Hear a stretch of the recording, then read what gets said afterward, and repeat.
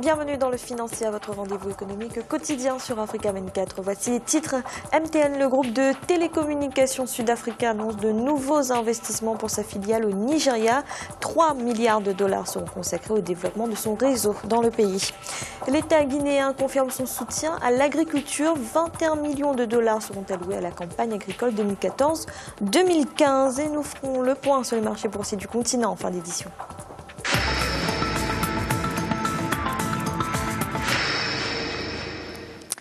MTN souhaite conserver sa place de leader au Nigeria. Le groupe de télécommunications sud-africain a donc annoncé un nouveau plan d'investissement pour sa filiale. L'objectif est également de faire face à une demande croissante en services de qualité. Karine Banzadio. Le groupe sud-africain des télécoms MTN envisage d'investir dans les 3 prochaines années plus de 3 milliards de dollars dans l'amélioration de son réseau et l'extension de ses infrastructures au Nigeria. Le but est d'améliorer la qualité de service. Nous cherchons toujours à accroître nos possibilités de fusion et d'acquisition. Il y a certains domaines où nous souhaitons obtenir des licences. Nous avons un projet de partenariat avec Myanmar qui devrait se concrétiser d'ici le mois de juin. Mais nous sommes surtout intéressés par certains marchés d'Afrique du Nord.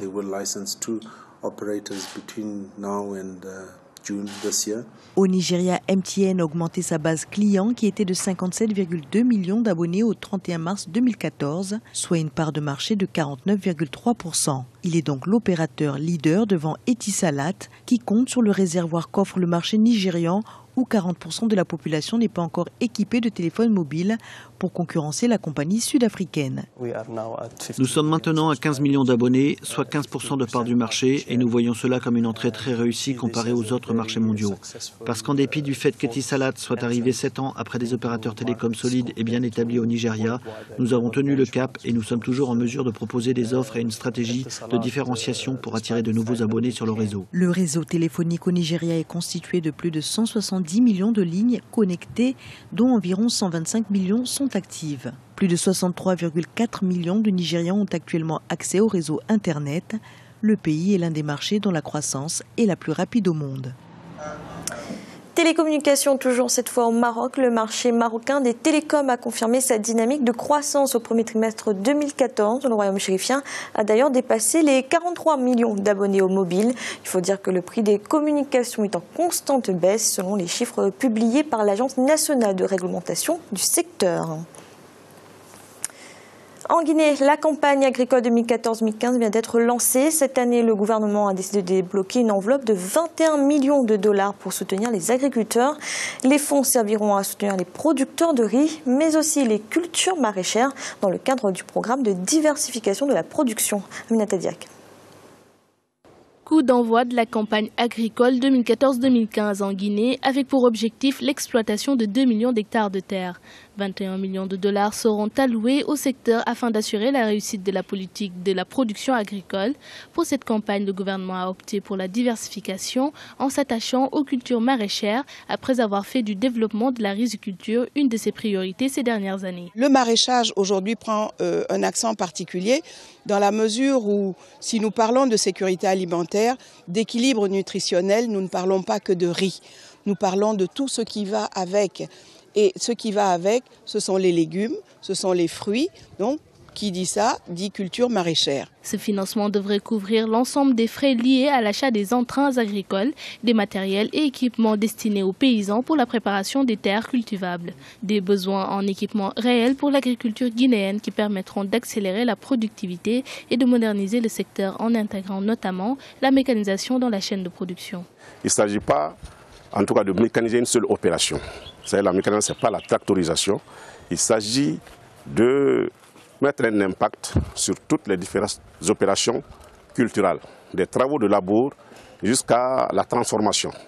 Voici pourquoi, dans le cadre de l'appui au monde rural, en vue de réduire non seulement la pénibilité du travail et le temps de travail, ces différents types d'équipements ont été injectés dans la production à travers les différentes campagnes agricoles. En 3 ans, le gouvernement guinéen a investi des milliards de francs guinéens dans le secteur agricole sans pouvoir atteindre les prévisions et les résultats prévus. Il compte poursuivre sa politique agricole en adoptant des mesures d'accompagnement afin de garantir l'efficacité des investissements. Le groupe Dangote a enregistré un recul de 6,13% à la bourse nigérienne sur les 3 derniers mois. Le titre a atteint son niveau le plus bas avec une valeur de 219,31 naira. Cette contre-performance serait due à une baisse d'enthousiasme des investisseurs ainsi qu'aux nouvelles mesures fiscales en vigueur dans le pays. En République démocratique du Congo, le gouvernement veut mettre de l'ordre dans le secteur minier. Le pays est en train de recruter des auditeurs externes qui auront notamment pour tâche d'examiner la chaîne d'exportation. Ces contrôles réguliers doivent permettre de lutter contre les fraudes massives dans l'exploitation des minerais. Écoutez Daniel Mukoko Samba, vice-premier ministre congolais. C'est vrai que les entreprises minières doivent pouvoir fonctionner dans un environnement sain et avoir accès à toutes les informations utiles et à des contacts clés pour permettre la prise de décisions d'affaires éclairées et minimiser les risques. Autant les sociétés minières doivent s'assurer de bien comprendre l'environnement dans lequel elles évoluent en République démocratique du Congo. C'est à présent l'heure de faire le point sur les marchés boursiers africains. En Afrique australe et océan Indien, à la mi-journée, l'indice All Share de Johannesburg était en hausse de 0,78%. L'indice de Nairobi perdait 0,38%. La bourse de Maurice progressait de 0,11% et l'indice du Botswana gagnait 0,01%. Du côté de l'Afrique de l'Ouest et centrale, l'indice nigérian augmentait de 0,04%, la BRVM d'Abidjan chutait de 0,48% et la bourse du Ghana enregistrait une hausse de 0,13%. En Afrique du Nord, enfin, l'indice tunisien gagnait 0,28%, l'indice égyptien progressait de 0,59% et la bourse de Casablanca perdait 0,30%. C'est la fin de cette édition du Financial. Merci de nous avoir suivis. On se retrouve bientôt pour un nouveau rendez-vous de l'économie.